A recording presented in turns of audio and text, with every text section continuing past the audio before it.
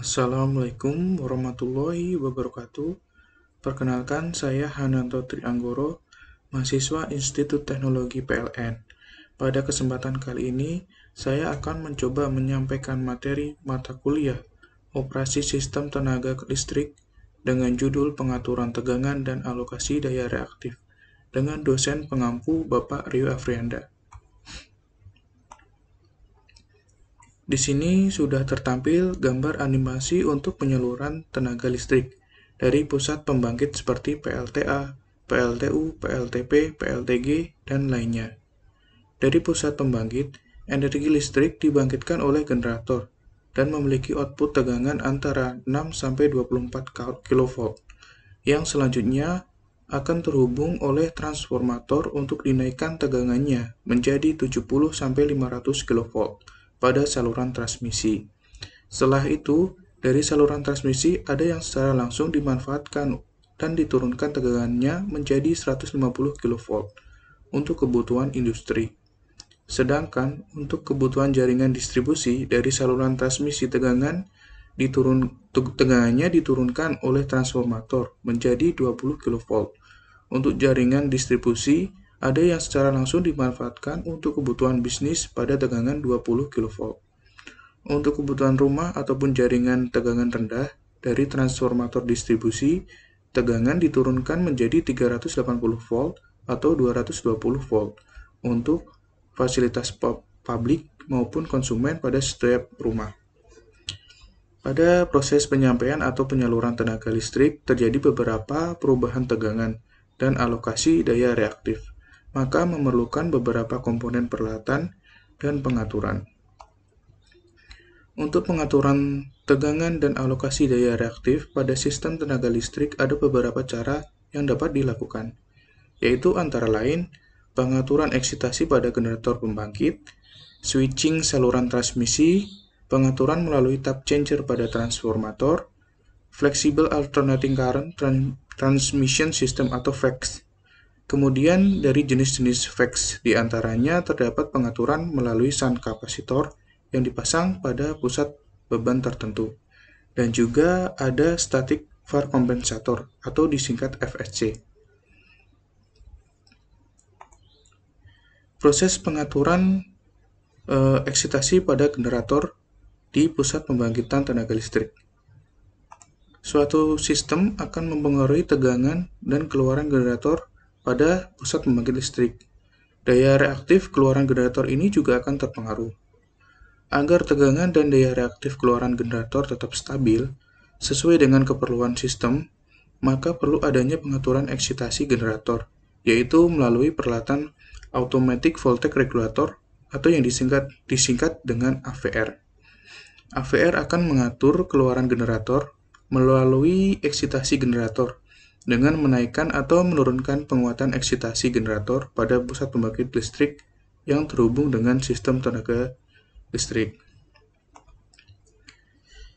Yang berikutnya yaitu ada switching pada saluran transmisi sebagai pengatur tegangan dan alokasi daya reaktif, yaitu memiliki beberapa cara, antara lain pada pengatur bus di gardu induk, yaitu regulasi pengumpan individu di gardu induk, serta pengaturan tambahan di sepanjang pengumpan atau feeder. Regulasi penyulang atau pengaturan tegangan pada penyulang dengan cara mengendalikan tegangan di setiap penyulangnya. Jika ada beberapa penyulang yang dipasok oleh gardu induk, pengumpan dengan karakteristik yang sama dapat dikelompokkan. Dan regulator pada umumnya dapat digunakan untuk mengendalikan tegangan pada masing-masing kelompok penyulang. Dalam aplikasinya, yang mana penyulang sangat panjang memerlukan regulator tambahan, berupa kapasitor shunt yang berada pada titik yang dipilih pada penyulang. Pengatur umpan juga kadang disebut juga dengan transformator booster. Untuk pengaturan kestabilan tegangan dan alokasi daya reaktif, bisa juga dilakukan dengan load shedding, yaitu suatu tindakan pelepasan beban yang bisa terjadi secara otomatis maupun manual, dengan tujuan untuk menyeimbangkan daya supply pembangkit dengan daya yang dibutuhkan oleh beban, yang mencegah kelebihan beban pada generator. Maka dengan kata lain, untuk pengaturan tegangan dan alokasi daya reaktif diperlukan beberapa konfigurasi jaringan yang dapat menjaga kestabilan sistem tenaga listrik. Yang selanjutnya yaitu tap changer.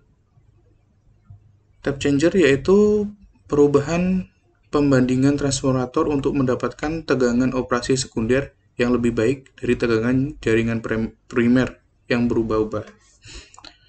Transformator memberikan suatu sarana tambahan untuk mengatur daya reaktif dengan menggunakan on-load tap changer transformator.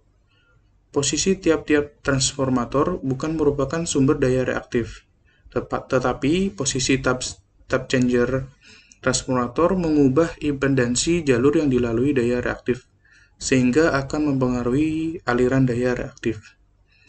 Jika keadaan beban di setiap simpul tidak berubah, maka perubahan tap dari sebuah transformator akan secara langsung mengubah tegangan dari simpul yang berhubungan dengan tap transformator. Perubahan tegangan ini juga akan mengubah besarnya arus yang mengalir antara simpul tersebut dan selanjutnya juga akan mempengaruhi simpul-simpul yang lain, serta mempengaruhi rugi-rugi dalam sistem tenaga listrik. Yang berikutnya ada Flexible Alternating Current Transmission System atau disingkat FACS. Merupakan kumpulan peralatan yang dibuat dari komponen elektronik solid state untuk pengaturan atau pengendalian transmisi daya listrik secara fleksibel. Peralatan ini diharapkan untuk dapat menggantikan peralatan kendali daya listrik mekanis yang saat ini umum dipasang pada jaringan transmisi listrik seperti pemutus rangkaian ataupun circuit breaker. Perubahan tegangan variabel yang diatur melalui transformator tap changer yang tadi. Yang berikutnya yaitu shunt capacitor switch dan lain sebagainya. Keuntungan alat kendali elektronik ini memiliki waktu reaksi yang berkecepatan tinggi dibandingkan dengan waktu reaksi dari peralatan kendali mekanik.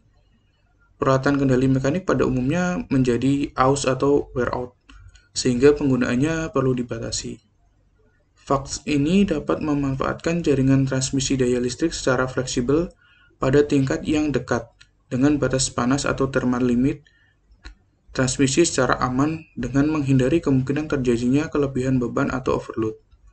Hal ini sangat penting karena akan menambah kapasitas penyediaan daya listrik pada jaringan transmisi yang sama. Dengan demikian, FACS akan menghemat banyak biaya penambahan penyediaan daya listrik karena menghindari pembangunan jaringan transmisi baru. Keuntungan ekonomi lain dari pengoperasian jaringan transmisi pada batas panas ini adalah dengan dapat diturunkannya reverse margin yang biasanya disediakan untuk keperluan cadangan atau backup. Yang berikutnya yaitu shunt capacitor.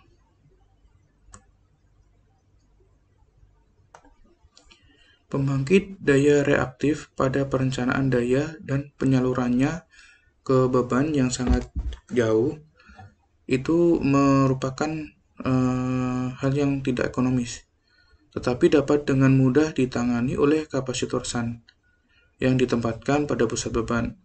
Kapasitor shunt ini yang ditempatkan pada sistem tenaga listrik dapat menyuplai daya reaktif negatif yang dapat mempengaruhi untuk mengurangi daya aliran reaktif di dalam jaringan, sehingga dapat merubah karakteristik arus lagging dari beban reaktif induktif menjadi arus leading. Yang selanjutnya yaitu Static var compensator atau disingkat SFC. Merupakan peralatan kompensasi yang mampu menyediakan dan menyerap daya reaktif dari suatu sistem tenaga listrik dengan cara mengatur sudut penyalaan pada tiristor. Besarnya sudut penyulutan ini tergantung dari variasi tegangan pada sistem.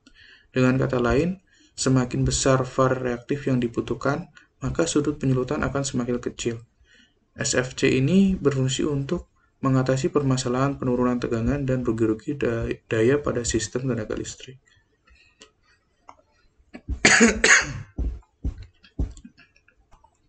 Berikut penjelasan dari saya. Apabila terdapat kekurangan dan kesalahan dalam penyampaian materi, saya mohon maaf. Terima kasih atas kesempatannya. Wassalamualaikum warahmatullahi wabarakatuh.